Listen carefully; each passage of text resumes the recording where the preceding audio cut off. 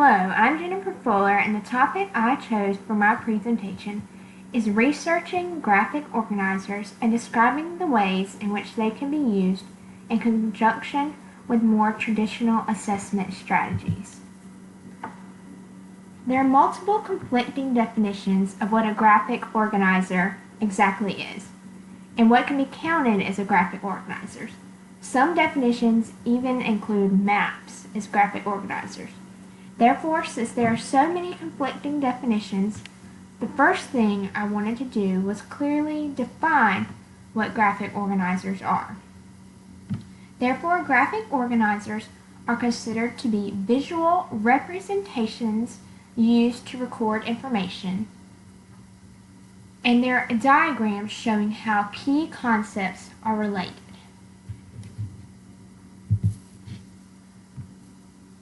Now, since we know what graphic organizers are, why should we use them? Graphic organizers reveal students' prior knowledge and promote active participation of students to facilitate comprehension. They help facilitate comprehension because, as Chapman and King stated in the text, they help to engage thinking. They make facts easier to process because they are applied in a visual way. Graphic organizers have been used successfully with a wide variety of populations, and they're a great alternative for instruction and a formative assessment for those with learning disabilities or for the ESL population. They have been shown to enhance comprehension ability, improve media literacy, and improve vocabulary development. It was also stated in our text that including graphic organizers on tests would be a more creative, challenging, and fun than most traditional objective style items. Your students would have much more fun filling out a graphic organizer than they would completing a traditional formative assessment.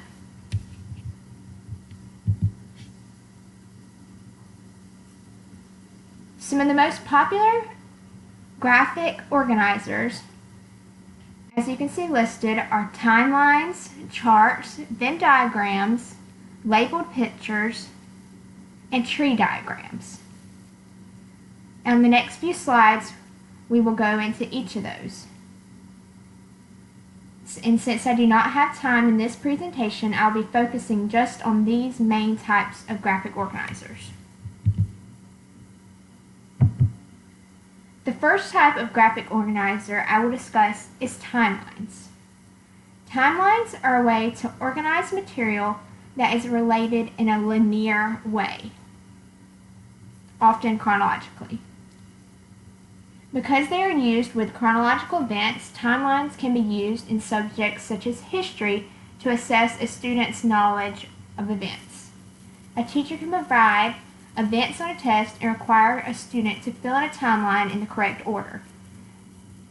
Often, what people do not think of is another way to use a timeline is to assess a student's reading ability. For example, after a book is read or a story, a student can sequence the events of the story for a quick assessment of understanding. As you can see from the example listed on the screen, they can use a timeline to show the beginning, middle, and end of the story. Another example of a graphic organizer is a chart, such as the KWL or the T-chart. KWL charts are great because first they lead to a brainstorming session by determining what students already know about the topic. They then help the students figure out what they want to learn about the topic, and finally they ask the students to assess what they have learned. The KWL chart is a great way to get students invested in their own learning to be able to see if your current style of teaching is reaching your students or if you need to make adjustments to the lesson. The chart can be used with a variety of lessons, including research, where you have your students write down information about the topic they are researching, and then they can assess what they learned at the end. It can also be used about information that you're reading in a book that day. T-charts are probably the most basic and simplest of all graphic organizers. Therefore, they're a great way to introduce this concept of using graphic organizers to your class. All an educator has to do is to create the T-chart, is have their students draw a big T on their paper, and you're done. Then you just have to provide the headings for your students for both sides, and you're able to get them to fill it out. Because the T-chart is divided into two sections, it would be a great way to compare or contrast, or students can list similarities or differences. Because of its multiple uses and its ease of use, the T-chart would be a really quick assessment after a lesson to see if students really got the concept that you were trying to teach.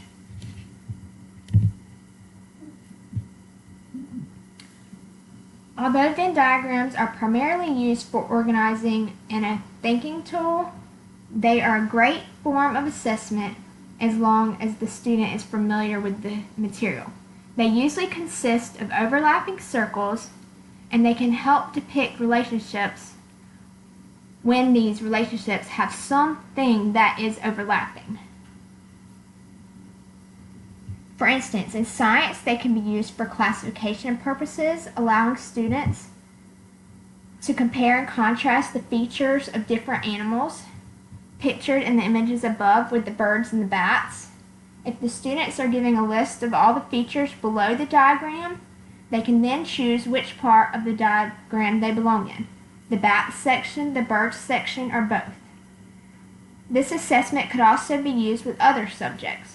For instance, students could compare and contrast genres for literature, or put items that fit as multiples of 3, multiples of 5 in a Venn diagram for math. Another use for a Venn diagram for assessment could be that all the information is provided for the student. The student's job is then to interpret the Venn diagram. Therefore, Venn diagrams have many uses for assessment when it comes to students.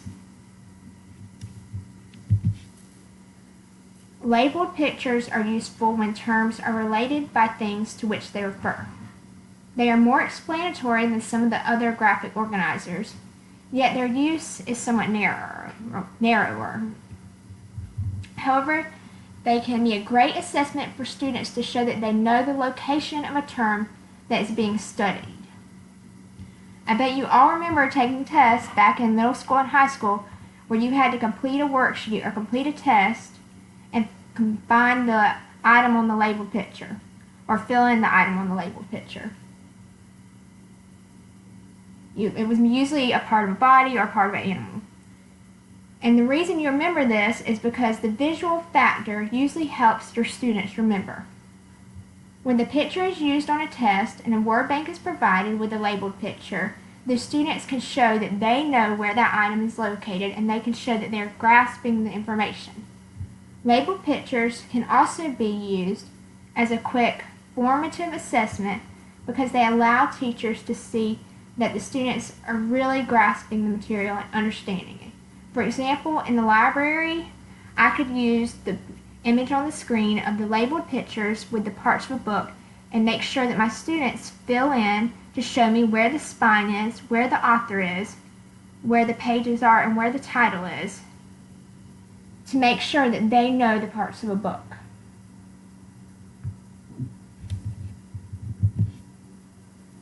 Finally, our last example of a graphic organizer is the tree diagram.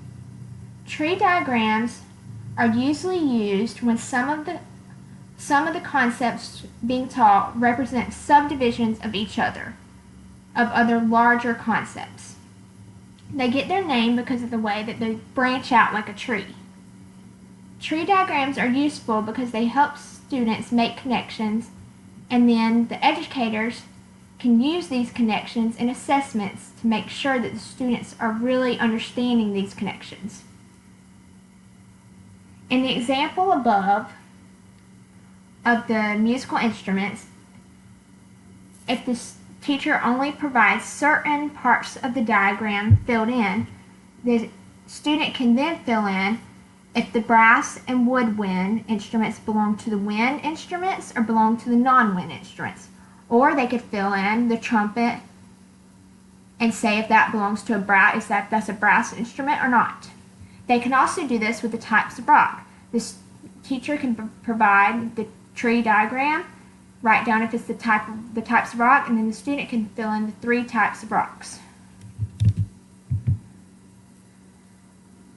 Although all these items could be written down normally, with the visual appeal of the tree diagram, students may be more likely to make a connection if it's written down in a graphic organizer.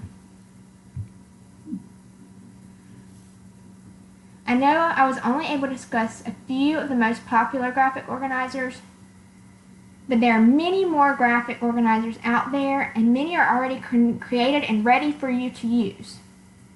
To help you begin your search for graphic organizers that fit your needs, I've provided a list of online resources that are available for you, listed on the screen. As you can tell from my presentation, graphic organizers help students process information because of their visual application.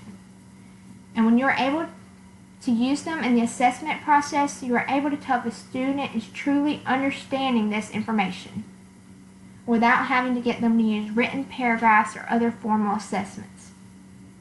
Overall, I think you are able to see that graphic organizers can be of great benefit to you in your lessons and in your assessment with your students. Thanks, and now go out there and use these graphic organizers.